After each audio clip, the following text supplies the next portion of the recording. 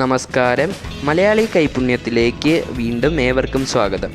ഇന്ന് ഞാൻ കാണിക്കാൻ പോകുന്നത് ചെറിയ എരിവിൻ്റെ രുചിയുള്ള ഒരു അടിപൊളി ഐസ്ക്രീമാണ്.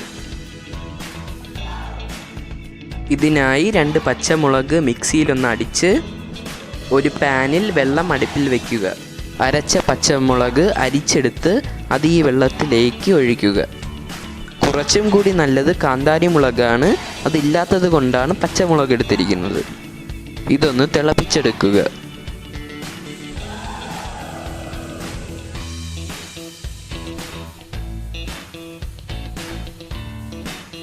അര ലിറ്റർ പാലും 1 മുട്ടയും പാലും മുട്ടയും കൂടെ നല്ലതുപോലെ ചേർത്ത് ആവശ്യത്തിന് പഞ്ചസാരയും ഇട്ട് കലക്കി അടുപ്പിൽ വെച്ച് കുറുക്കുക.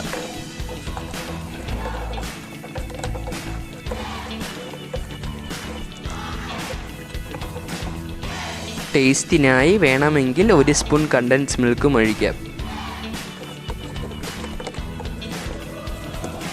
ഒന്ന് ആറുമ്പോൾ 3 തുള്ളി വാനില എസൻസും ഒഴിക്കുക.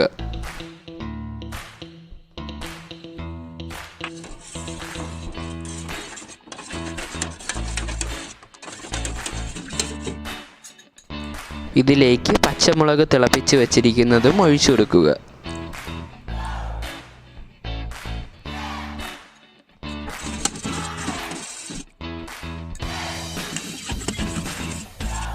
ഫ്രിഡ്ജിൽ വെച്ച് ഒന്ന് തണുപ്പിച്ച് മിക്സിയിലോ ബീറ്റർ കൊണ്ടോ ഇതുപോലെ അടിച്ച് വീണ്ടും ഒരു 8 മണിക്കൂർ ഫ്രിഡ്ജിൽ വയ്ക്കുക.